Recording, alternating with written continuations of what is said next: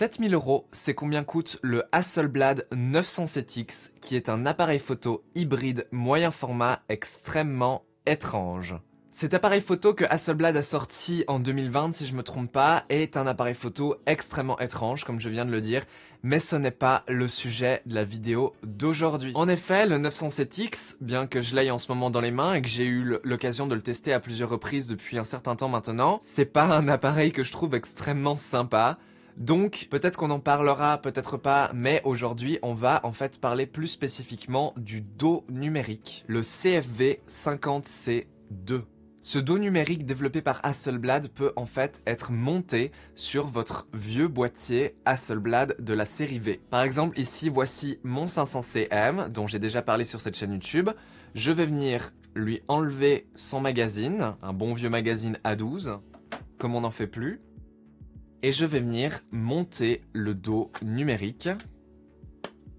Et comme vous le voyez, c'est fait pour être mis ensemble, hein. En fait, cet appareil photo, conçu dans les années 60, est désormais équipé d'un capteur et de fonctionnalités dignes d'un appareil de 2020. Comment fonctionne ce dos numérique? C'est extrêmement simple. Une fois qu'il est monté sur votre boîtier 500CM, etc., vous l'allumez avec le petit bouton Power ici au dos. Une fois que l'écran a booté, vous choisissez quel type d'appareil vous avez. Alors moi, il le sait parce que le réglage par défaut c'est le 500 et moi j'ai un 500, donc c'est automatiquement réglé. Vous pouvez venir ici sélectionner la sensibilité ISO et c'est tout. Maintenant, il me suffit de viser, de choisir ma vitesse et mon ouverture comme je le ferai en argentique, d'effectuer ma mise au point et de déclencher.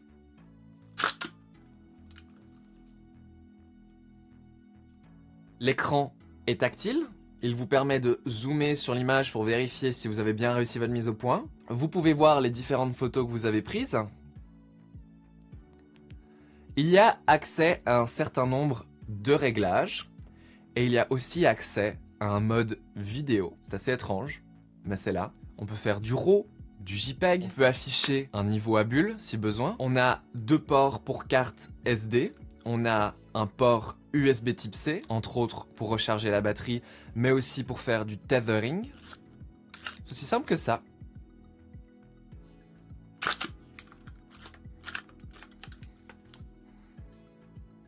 Quand vous avez fini votre petite session shooting, il vous suffit d'éteindre le dos. C'est magique. Ce dos numérique, conçu en 2020, transforme un appareil des années 60, années 80 pour le mien, en un appareil numérique compétent. Devez-vous dépenser 7000 € dans ce dos numérique et dans le 907X? Ce dos numérique vient forcément vendu avec le 907X. Qu'est-ce que le 907X? Il s'agit de cet appareil photo là. Ça vous permet basiquement de monter les objectifs XCD de chez Hasselblad sur le dos numérique et d'utiliser l'appareil comme un hybride. Vous aurez accès à toutes les fonctions, y compris l'autofocus. Moi, ce que je fais personnellement, c'est que vu que je trouve que ces objectifs XCD sont beaucoup trop chers, j'utilise des objectifs adaptés. Par exemple, ici, un objectif en monture Leica. Plus qu'à monter ça sur le dos numérique et on peut faire des photos. À un gros défaut près, c'est que c'est uniquement de l'obturation électronique qui crée beaucoup de rolling shutter. Donc c'est de préférence à utiliser sur un trépied et pour des sujets qui ne bougent pas. Je trouve en fait incroyable que Hasselblad ait recréé l'expérience de l'époque avec ce boîtier, mais en vous donnant des fichiers numériques et ce, immédiatement, et sans travail nécessaire en plus. Ces dos numériques comme celui-ci, il y en a eu plusieurs, hein. Celui-ci c'est en fait déjà la version 2 du CFV50C. Le CFV50C était encore en vente sur eBay il n'y a pas très longtemps pour 10 000 €, donc je suis content que cette nouvelle version soit un peu moins chère, et ça c'est probablement grâce à DJI qui ont racheté Hasselblad. C'est quand même écrit Made in Sweden hein, dessous. Mais je pense que ce dos est un rêve pour plein de gens. C'est un rêve pour plein de gens, parce que tout le monde qui a un Hasselblad s'est probablement déjà dit une fois, ce serait cool que je puisse prendre autant de photos que je veux avec, sans jamais devoir penser au coût de l'argentique. Alors là, ok, vous devez débourser 7000 € en une fois, Mais ensuite, vous pouvez mitrailler autant que vous voulez et jamais ça ne vous coûtera quoi que ce soit de plus. Cependant, faut vraiment additionner des années et des années et des années d'argentique pour atteindre 7000 €. Hein. Donc, il faut que le côté pratique du numérique, par exemple, le fait que vous puissiez avoir accès à vos fichiers tout de suite, soit important pour vous aussi. Quand on a ce genre de dos, on prend plus la peine de mesurer la lumière en fait avec le Hasselblad, puisque on peut shooter à blanc. Et par shooter à blanc, j'entends prendre une photo qui n'est pas une photo. Tout simplement, avant d'exposer une image, ce que je fais à chaque fois, c'est que je vise, je fais une estimation des réglages que j'ai envie d'utiliser et je déclenche avant même de faire la mise au point correctement. Je regarde sur l'écran si oui ou non c'est bien exposé. Et si sur l'écran c'est bien exposé, eh ben j'y vais pour la photo finale. Si c'est mal exposé, j'ajuste mes réglages de 1, 2, 3 diaph en fonction de. Et en fait c'est plus précis de faire ça comme ça que d'utiliser une cellule externe. Pourquoi? Parce que les cellules externes sont faites pour la tolérance qu'a la pellicule. Mais quand on fait ici du numérique, on est un peu plus limité par la dynamique du capteur. Autant regarder sur l'écran ce que ça vaut. Je prends aussi le temps après chaque photo de double taper l'écran, ce qui va venir zoomer sur le sujet. Et ça me permet de vite fait checker que j'ai fait une photo nette. Et en principe, quand je fais du numérique, j'ai l'habitude d'essayer de ne pas regarder l'écran, ou du moins d'essayer de regarder l'écran le moins possible.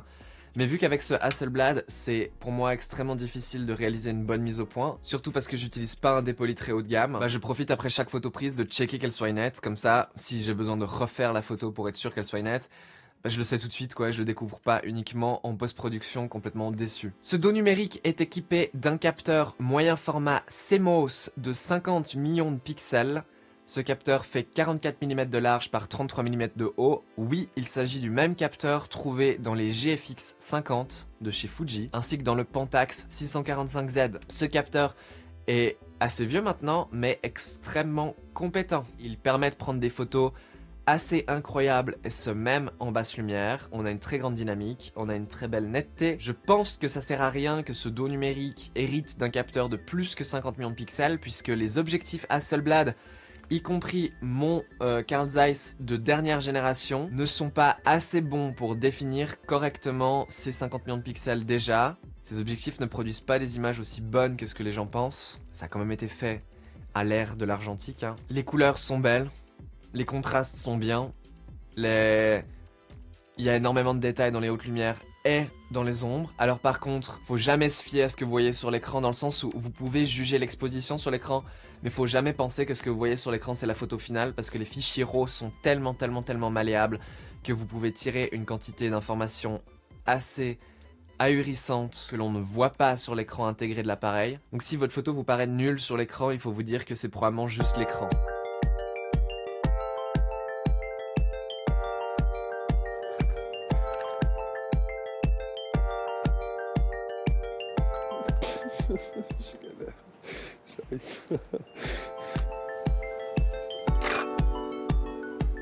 C'est un peu compliqué de venir tourner en extérieur avec cette pluie incessante qui dure depuis 4 semaines. J'aime beaucoup la pluie, mais j'ai juste pas tellement envie de mettre un appareil photo aussi rare et précieux que celui-ci sous l'eau, vous comprenez. Donc on fait comme on peut, on est abrité. J'avais vraiment juste envie de vous partager et vous montrer comment s'utilise l'appareil concrètement en extérieur. Donc je vais vous montrer comment on prend une photo avec, c'est très simple. Étape 1, on ouvre le viseur. Ensuite, on cadre une photo qui a l'air intéressante. Là, honnêtement, je vais juste prendre en photo ce qui est ici. J'allume le dos en cliquant le bouton Power. Ensuite, ce que je fais, c'est que je fais une estimation des réglages qui paraîtraient idéal dans une situation comme ça. Je vais tenter de fermer le diaphragme à 8 et de mettre la vitesse à 1/125e. C'est très compliqué de faire des photos avec une vitesse inférieure à 1/125e avec cet appareil. Ça fait très rapidement des images floues. Et je viens ici sélectionner ma sensibilité ISO. Je vais mettre 400 parce que c'est quand même assez nuageux. Je cadre. Et je déclenche sans trop réfléchir, j'ai même pas fait la mise au point correctement, puisque ce que je vais faire maintenant, c'est qu'en fait, je vais checker l'écran qui m'affiche la photo. C'était aussi simple que ça, hein. Je check l'écran pour savoir si c'est bien exposé ou pas. Je connais assez bien ce capteur et je sais que c'est beaucoup plus facile de faire une photo trop sombre et de la booster en post que de faire une photo trop claire où les hautes lumières risquent d'être complètement cramées. Donc là, ce que je vais faire, c'est que je vais remonter l'appareil et je suis personnellement assez content de l'exposition que j'avais. Donc j'ai plutôt bien estimé mes réglages. Donc maintenant, ce que je vais faire, c'est que je vais faire une mise au point. Pour ça, vu que je suis hyper up et que je vois pas très bien ce genre de viseur, je vais utiliser la petite loupe. Je réalise ma petite mise au point. Et puis je cadre et je déclenche. Et voici le résultat final.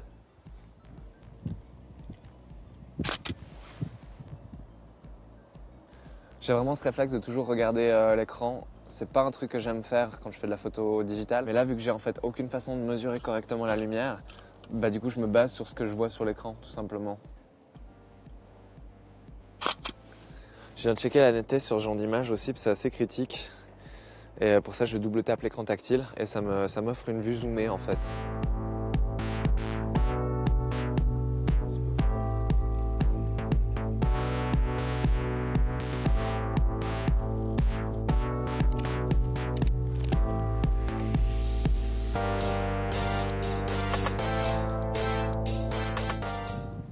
M'inspire pas trop ces arbres. Des fois, tu fais de ton mieux, mais la photo t'inspire pas. Alors là, je fais face à une petite difficulté, c'est que le capteur qu'on a en fait dans ce dos numérique est quand même beaucoup plus petit que la surface sensible. Donc la surface sensible typiquement utilisée dans un Hasselblad, donc du 6x6, c'est environ 56 mm x 56 mm de pellicule. Et là, le capteur, on est sur en fait un capteur qui fait 44 mm de large pour 33 mm de haut. Petite chose que vous remarquez aussi, c'est qu'en fait le capteur est au format 4/3. Personnellement, pour moi, l'intérêt d'utiliser un Hasselblad, c'est de faire des photos carrées. Ces appareils ne sont pas faits, ne sont pas conçus pour le format 4/3, comme le serait par exemple un Mamiya avec le dos rotatif. Donc personnellement, j'ai fait des traces dans mon viseur de 33 x 33 mm. Donc en fait, toujours du format carré. Mais vous voyez qu'on passe quand même d'un format de base qui fait 56 x 56 à un format qui fait 33 x 33. Ça veut dire que mon objectif 80 mm que j'ai dessus, qui est typiquement un objectif focal standard plutôt large, l'équivalent d'un 40-43 en plein format, devient tout d'un coup un objectif à portrait. En fait, cet objectif fait l'équivalent d'un 60-65 mm sur plein format. C'est tout de suite beaucoup moins pratique. En vrai, j'ai très envie de m'acheter un 60 mm pour le Hasselblad, comme ça j'ai de nouveau une focale un peu plus standard. Mais les 60 mm Hasselblad sont assez chers et ils sont aussi moins lumineux, donc c'est moins sympa. Mais voilà, là je vais cadrer cette espèce de fontaine avec les maisons derrière. Du coup, avec comment j'ai paramétré mon viseur, je peux à la fois visualiser le cadrage qu'aurait la pellicule, donc le 56 x 56 mm, et le cadrage qu'a mon capteur, donc le 33 x 33 mm. Et c'est un petit peu déprimant de voir à quel point on n'utilise qu'une petite portion centrale de son viseur. Hop, je check mon point et mon expo. Et je suis content, mais personnellement je pense que cette photo bénéficierait d'une profondeur de champ un peu plus réduite, donc je vais baisser mes ISO de 2 crans et je vais ouvrir mon diaphragme de 2 crans à 2.8. Du coup, il faut que je sois d'autant plus précis sur ma mise au point.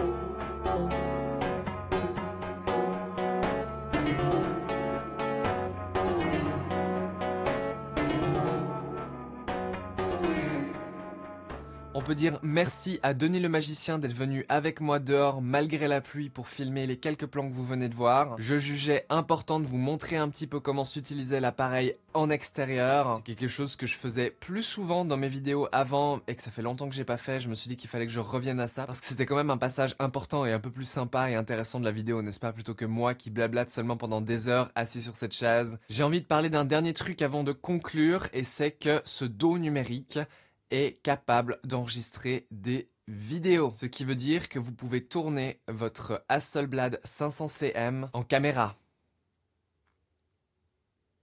Mais pas une très bonne caméra, malheureusement. Le mode vidéo de ce dos numérique est pas très abouti, même pas abouti du tout, c'est assez dommage. Déjà, on peut filmer uniquement à 30 images secondes. Il n'y a pas de 24, il n'y a pas de 25, c'est uniquement 30 images secondes. On peut filmer dans une résolution 1080p ou 2,7K. L'image en 2,7K est un tout petit peu plus nette, mais ça reste que c'est pas ultra détaillées. C'est vraiment pas une image de très haute qualité, hein. Le gros problème de ce mode vidéo, et c'est le même problème que quand vous faites des photos en JPEG avec cet appareil, c'est que les images sont beaucoup trop contrastées, que la plage dynamique est complètement compressée. On n'a en fait aucun détail dans les ombres, aucun détail dans les hautes lumières. C'est très vite cramé, c'est très vite bouché, et on peut pas faire grand chose avec ces fichiers. Chose qui est assez étrange parce qu'on sait que si on utilise cet appareil en photo en RAW, les images sont absolument sublimes et les fichiers sont ultra malléables. On a ici à peu près une des plus grandes plages dynamiques, tout appareil digital confondu. C'est vraiment bluffant, mais pour ça faut faire du RAW et faut retoucher ses RAW. D'après mes petits calculs mathématiques, un dos comme celui-ci revient à peu près au coût de l'achat, du développement et du scan de 2000 photos sur pellicule prises avec un de ces Hasselblad. Après, ça dépend dans quel pays vous êtes. Moi, je suis en Suisse. Vous pouvez imaginer qu'en Suisse, les développements et les pellicules sont plus chers que chez vous. Si vous travaillez avec les gens du labo, si vous avez des rabais, si vous êtes étudiant, si vous achetez des pellicules périmées, vous achetez des pellicules en gros, il y a de fortes chances que vous arrivez à baisser le prix de chaque exposition que vous faites sur pellicule. Comme il y a aussi moyen de baisser le prix que vaut ce dos en l'achetant par exemple d'occasion. Si le Hasselblad était le seul appareil que j'avais, il est éventuellement possible que je prenne avec effectivement ces 2000 photos en seulement une année. Or, c'est pas le cas. J'ai plein d'appareils et moi, je peux voir que depuis que j'ai acheté ce dos numérique, le dos numérique a été déclenché 1005 fois. 1005 fois et ça inclut les photos que j'ai prises quand le dos n'était pas monté sur le Hasselblad, mais quand il était monté sur le 907X. Et puis, comme vous m'avez vu tout à l'heure à l'extérieur, quand j'utilise ce dos numérique sur mon Hasselblad, je fais souvent ce que j'appelle des photos à blanc. C'est pas des photos à blanc, je prends réellement des images, mais disons que je prends des images qui ne sont dans ma tête pas finales, puisque mon seul but est de tester l'exposition et/ou la mise au point, quelque chose que je ne fais pas avec les autres appareils que je possède, et bien entendu quelque chose que je ne fais pas en argentique. Résultat, je vois dans ma base de données que cet appareil n'a réellement pris que 450 photos finales depuis que je l'ai acheté en 2022. Donc il me faudra encore l'utiliser 6 ans au même rythme qu'aujourd'hui pour complètement rembourser le coût que me coûterait de faire toutes ces photos que je prends en digital, mais sur pellicule. On ne va pas débattre de est-ce qu'un dos digital comme celui-ci peut réellement remplacer la pellicule, puisque les gens qui font de la pellicule tous les jours peuvent le faire pour plein de raisons, et pas mal de ces raisons sont en lien avec le fait que la pellicule n'est justement pas du digital. La pellicule et le digital, c'est deux formats différents, c'est deux médiums différents qui ne s'utilisent pas de la même façon et qui ne donnent pas les mêmes résultats. Donc le digital ne remplacera à mon avis jamais la pellicule, tout comme la pellicule ne peut jamais remplacer le digital non plus. Chaque chose en son temps, comme dit papa. Devez-vous vous acheter ce dos numérique ? Si vous gagnez la loterie, oui. Voilà, c'était la conclusion, j'espère que cette vidéo vous a plu. On se retrouve bientôt pour d'autres aventures sur cette chaîne YouTube. J'essaie de me remotiver à faire un max de vidéos en ce moment même. Et ouais, c'est pas mal. N'hésitez pas à lâcher vos dons sur la chaîne YouTube parce que j'ai reçu une facture de dentiste qui va basiquement m'endetter sur 4 ans. Donc, tous les dons sont appréciés. Peut-être qu'en fait je vais vendre ce Hasselblad pour payer le dentiste au final, hein. Tout comme l'année passée j'ai dû vendre mon Sumilux Leica. Bye.